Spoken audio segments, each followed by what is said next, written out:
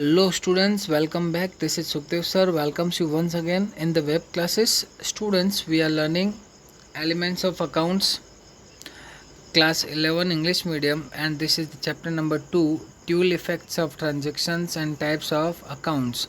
And this is the lecture number 11. In the previous video, we have understood transactions based on different types of accounts like personal accounts, real accounts, and nominal accounts, and we have tried to learn how to pass journal entries based on types of accounts. Today we are going to learn about debit and credit effect of the transactions from the starting. So stay focused what I'm trying to teach you. Students, today we are going to solve the illustration number 11. पहले आप इसको अच्छे से पहले read कर लीजिए तो आपको अच्छे से समझ में आएगा करना क्या है. Illustration number 11. To which account the following transactions will be debited and credited in the books of अमृत. अमृत भाई जो है ऑनर हैं, शॉप के जो ऑनर हैं वो अमृत भाई है, बिजनेस के ऑनर. तो उनकी बुक्स के अंदर हमको डेबिट और क्रेडिट ट्रांजेक्शन्स पास करने हैं. तो चलिए अमृत भाई की बुक्स में हम लोग एंट्री करना चालू करते हैं. ठीक है, ध्यान देना कि स्टार्टिंग के इलस्ट्रेशंस है, तो ये अगर आप अच्छे से समझोगे तो डेबिट एंड क्रेडिट इफेक्ट आपको अच्छे से समझ में आने लगेगी. तो यहाँ पर भी ट्रांजेक्शन्स लिखे हुए हैं, तो मैं आपको क्लियरली यहीं से बता देता हूँ ताकि आपको ज़्यादा टेंशन या प्रॉब्लम ना हो. चलिए, नंबर 1 जो है, commenced business with introduction of capital ₹40,000. सबसे पहले ट्रांजेक्शन्स को आप अंडरस्टैंड कीजिए. 40,000 कैपिटल है. Commenced business means started business with introduction of capital ₹40,000. 40,000 के कैपिटल से आपने बिजनेस स्टार्ट किया. आपने मतलब किसने? अमृत भाई ने स्टार्ट किया है, बराबर. तो अगर कैपिटल इन्वेस्टमेंट होता है लाइक उसमें आप कैश इन्वेस्ट कर रहे हो, असेट इन्वेस्ट कर रहे हो, गुड्स इन्वेस्ट कर रहे हो, बराबर, कुछ भी अगर रख रहे हो तो जो भी आप बिजनेस में डालते हो तो वो देखो फिलहाल यहाँ पे तो कैश जा रहा है. कैश मीन्स करंट अकाउंट हुआ, करंट असेट हुई, सॉरी अकाउंट नहीं, करंट असेट हुई. तो असेट मतलब किस में आते हैं? रियल अकाउंट में. तो रियल अकाउंट का रूल क्या है? Debit what comes in, credit what goes out. तो यहाँ पर जो कैश बिजनेस में आ रही है ना, बिजनेस में कैश कमिंग इन, तो कैश को आप क्या करोगे? डेबिट करोगे. देखो, डेबिट टू कैश अकाउंट. तो डेबिट टू कैश अकाउंट किया आपने, कैश अकाउंट को क्या कर दिया? डेबिट. और यहाँ पर जो है कैपिटल से रिलेटेड है, तो कैपिटल प्रोवाइडर कौन होता है? कैपिटल कौन प्रोवाइड करता है? तो बिजनेस का ओनर. तो बिजनेस का ओनर मतलब पर्सन हुआ, तो पर्सनल अकाउंट. तो पर्सनल अकाउंट का रूल क्या है? Debit the receiver, credit the giver. तो यहाँ पर तो वो प्रोवाइड कर रहा है ना capital, means he is giving the capital, तो वो गिवर हुआ. गिवर मतलब क्या होगा? क्रेडिट होगा. तो देख लो, credit to capital account. Capital account में नाम लिख सकते हो और नहीं लिखोगे तो भी चलेगा. अमृत कैपिटल अकाउंट क्रेडिटेड. पूरा अगर आप लिखना चाहो तो इस तरीके से लिख सकते हो. Cash account debit, cash account debit to capital account. ये हो गई आपकी फर्स्ट में डेबिट अकाउंट और डेबिट एंड क्रेडिट इफेक्ट दोनों. तो आपको लिखा हुआ है यहाँ पर देखो, goods asset account, goods asset comes in और बेनिफिट गिवर पर्सन, बराबर. ये सारे रूल्स लिखे हुए हैं, तो उस किसके अंदर सेट होता है वो भी देखते जाना. सेकेंड नंबर है, loan obtained of ₹60,000 from Ramnik. Loan obtained means Ramnik से आपने 60,000 की लोन ली है. मीन्स कैश तो आपके पास आ ही रहा है, कैश आ रहा है, मीन्स कैश अकाउंट को आप क्या कर दोगे? डेबिट करोगे. जैसे स्टार्टिंग में किया था वैसे डेबिट टू कैश अकाउंट. और प्रोवाइडर कौन है? गिवर कौन है? रमनिक. तो क्रेडिट टू रमनिक्स लोन अकाउंट. पूरा लिखना है, खाली रमनिक अकाउंट नहीं, रमनिक्स लोन अकाउंट. यहाँ खाली रमनिक लिखा, रमनिक लोन अकाउंट पूरा कंप्लीट होना चाहिए, बराबर. थर्ड नंबर है, ₹20,000 deposited with union bank and opened account. आप क्लियरली इतना समझो कि 20,000 का केस आपके पास से गया है और सीधा कहाँ गया है? बैंक के अंदर. कौन सी बैंक है? तो यूनियन बैंक है. तो union bank means legal artificial person हुआ. सी इज टेकिंग और गिविंग, टेकिंग. तो रूल क्या बोलता है? अगर somebody मतलब someone is taking the benefit of the business means we have to debit his or her account, तो उसका अकाउंट हमको क्या करना पड़ेगा, डेबिट करना पड़ेगा। तो union bank account debit, union bank account debit क्या जा रहा है, कैश, तो कैश अकाउंट का आपको क्या करना रहेगा, क्रेडिट करना रहेगा। तो debit to union bank account, credit to cash account. ये देखो सारे रूल्स लिखे हुए हैं डेबिट क्रेडिट के, कौन से कॉलम में जा रहा है। तो बेनिफिट रिसीवर कौन है, यूनियन बैंक, इसलिए डेबिट हुआ। और गुड एसेट गोज आउट, तो जा रहा है कैश, इसलिए इसको हमने क्या कर दिया, क्रेडिट कर दिया। ठीक है। नंबर 4, चलिए स्टूडेंट्स देखते हैं नेक्स्ट नंबर का ट्रांजैक्शन क्या है। Transaction number 4, brokerage received of ₹4000। तो यहाँ पर ब्रोकरेज रिसीव हुआ है, तो आपको पहले क्लियरिफाई करना है कि ब्रोकरेज जो है किस में आता है, पर्सनल अकाउंट में आता है, रियल अकाउंट में आता है, या फिर नॉमिनल अकाउंट में आता है। तो आपको पता ही होगा पर्सनल अकाउंट में तो पर्सन का लीगल या मतलब लीगल आर्टिफिशियल पर्सन या नेचुरल पर्सन होना ज़रूरी है। और सेकंड नंबर जो रियल अकाउंट है, तो रियल अकाउंट के अंदर आपको या तो असेट का अकाउंट होना ज़रूरी है या फिर गुड्स का। और थर्ड वन जो है नॉमिनल अकाउंट, तो नॉमिनल में या तो इनकम आती है या फिर एक्सपेंस आता है। तो ब्रोकरेज रिसीव्ड, इनकम हुआ मीन्स ब्रोकरेज जो है क्रेडिट होगा बराबर, और रिसीव्ड मतलब कैश अकाउंट होगा। तो debit to cash account, credit to brokerage account. क्या लिखा है, in case of income gain, credit किया बराबर। तो ये डेबिट के तीनों के तीन रूल है और एक क्रेडिट के तीनों के तीन रूल है। 5th नंबर है, goods of ₹10,000 purchase on credit from Bachchu भाई। बच्चू भाई पर्सन का नेम हुआ, तो पर्सन का नेम कब मायने रखता है, जब वो क्रेडिट ट्रांजेक्शन हो। कैश ट्रांजेक्शन होगा तो कैश तो किसी भी पर्सन का नाम याद रखने की ज़रूरत नहीं है। तो यहाँ पर बच्चू भाई जो दिए हुए हैं उनके पास से हमने 10,000 का गुड्स परचेज किया है। तो परचेज किया means real account, debit what comes in, तो परचेज अकाउंट को आप डेबिट करोगे, और बच्चू भाई गिवर है बराबर, तो उनका अकाउंट क्या हो जाएगा, क्रेडिट हो जाएगा। Debit to purchase account and credit to Bachchu भाई अकाउंट। देख लो यहाँ पर बच्चू भाई अकाउंट बराबर। चलिए अब आते हैं 6 नंबर पे, goods of ₹20,000 sold on credit to Lakshmi. Means आपने सेल किया है तो गुड्स इज गोइंग आउट, तो गिवर या टेकर कौन है यहाँ पर, रिसीवर कौन है, लक्ष्मी बहन। लक्ष्मी बहन इज रिसीविंग समथिंग, तो उसको हमने गुड सेल किया तो डेबिट टू लक्ष्मी अकाउंट, और सोल्ड किया मीन सेल्स अकाउंट, तो credit to sales account. Shop rent paid ₹5,000, paid means expense, तो एक्सपेंसेस डेबिट होते हैं, तो आपने क्या पेमेंट किया है, रेंट, तो debit to rent account and credit to cash account, cash गया आपके पास से। 8th number, ₹200 paid to Ramakant for carriage.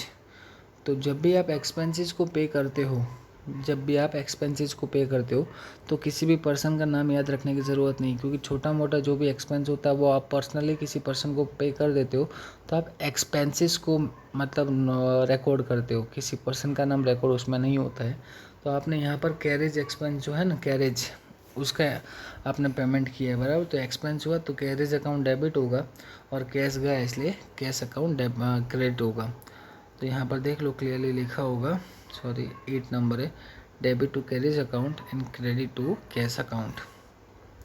₹500 becomes receivable for interest from Kundan. तो कुंदन से रिसीव लेना है, रिसीव करना है, मीन्स अभी फ़िलहाल इसका बेनिफिट कौन ले रहा है, कुंदन, तो कुंदन इज़ रिसीवर, तो डेबिट टू कुंदन अकाउंट, और रिसीवेबल है फ्यूचर में, तो आपको क्या करना है, क्रेडिट टू इंटरेस्ट अकाउंट। यहाँ पर इंटरेस्ट लिखा ना, इंटरेस्ट अकाउंट, ये आपको फ्यूचर में इनकम मिलेगी, इसलिए क्या किया हमने, क्रेडिट टू इंटरेस्ट अकाउंट कर दिया। 10 नंबर है, सैलरी पेड टू दिनेश ₹1200। तो मैंने आपको बोला एक्सपेंसेस को मेंशन करना है, किसी पर्सन का नेम मेंशन नहीं करना है। यहाँ पर जो लिखा है सैलरी, तो एक्सपेंस है, तो salary account debit to cash account, debit to salary account, credit to cash account. Commission received income है, तो कमीशन क्रेडिट होगा, डेबिट क्या होगा, cash, debit to cash account, credit to commission account. 12 number, goods of rupees 15,000 purchase on cash, cash से purchase किया है, cash गया है, गुड्स आया है, तो purchase account debit to cash account. 13 number, goods of rupees 20,000 sold on cash, cell किया है आपने, तो गुड्स आपका गया है तो सेल्स अकाउंट क्रेडिट होगा, और कुछ भी सेल कर दे तो कैश आता है तो क्या होगा, debit to cash account to sorry कहाँ गया 13, डेबिट टू कैश अकाउंट और क्रेडिट टू कैश अकाउंट। ये रॉन्ग है, यहाँ पर कैश अकाउंट नहीं होना चाहिए, यहाँ पर आएगा सेल्स अकाउंट। क्या आएगा, सेल्स अकाउंट, इसको आप रेक्टिफाई कर लेना। चलिए 14 number, vehicle purchase of rupees 10,000 का व्हीकल परचेज किया है, गुड्स परचेज नहीं किया, व्हीकल परचेज किया है, बराबर। तो व्हीकल अकाउंट को आप क्या करोगे, डेबिट, ये व्हीकल या व्हीकल जो भी बोलते हो आप, व्हीकल अकाउंट को आप डेबिट करोगे, और 10,000 से परचेज किया तो कैश गया आपका, credit to cash account. Furniture of rupees 20,000 purchased from Raj furniture mart, क्या लिखा है, furniture of rupees 20,000 purchased from Raj furniture mart, कैसे परचेज किया वो नहीं दिया है। स्टूडेंट्स आपको सबसे पहले ये क्लियर कर लेना है कि ये कैश ट्रांजेक्शन है या फिर क्रेडिट ट्रांजेक्शन है। कैश ट्रांजेक्शन होगा तो एक अकाउंट कंपलसरीली कैश का होगा ही, और क्रेडिट ट्रांजेक्शन होगा तो कंपलसरी इसमें पर्सन का नेम का एक अकाउंट कंफर्म होगा। तो इसमें कैश नहीं है, मतलब ये क्रेडिट ट्रांजेक्शन हुआ, तो इसमें पर्सन कौन है, राज फर्नीचर।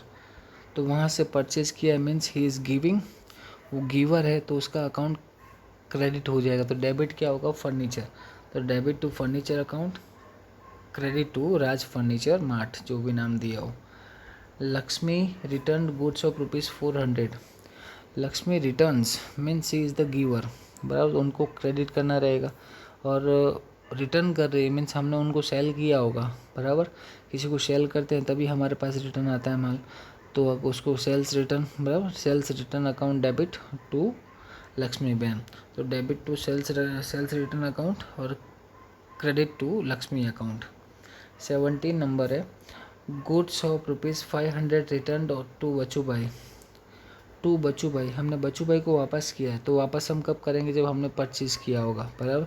तो बच्चू भाई इज़ द रिसीवर, बच्चू भाई से account debit to purchase return account, तो डेबिट टू बच्चू भाई account and credit to purchase account. यहाँ पर होगा, देखो कहाँ गया, हाँ ये रहा, credit to purchase return account. अब आता है 18 number, withdrawn rupees 2,000 from Union Bank, withdrawn rupees 2,000 from Union Bank, Union Bank से आपने कैश विड्रॉ किया means bank is giver, bank giver है तो बैंक को क्रेडिट करोगे और कैश आया आपके पास, तो debit to cash account and credit to union bank account. Rupees 300 paid for postage is an expense, तो postage account debit to cash account, देख लो।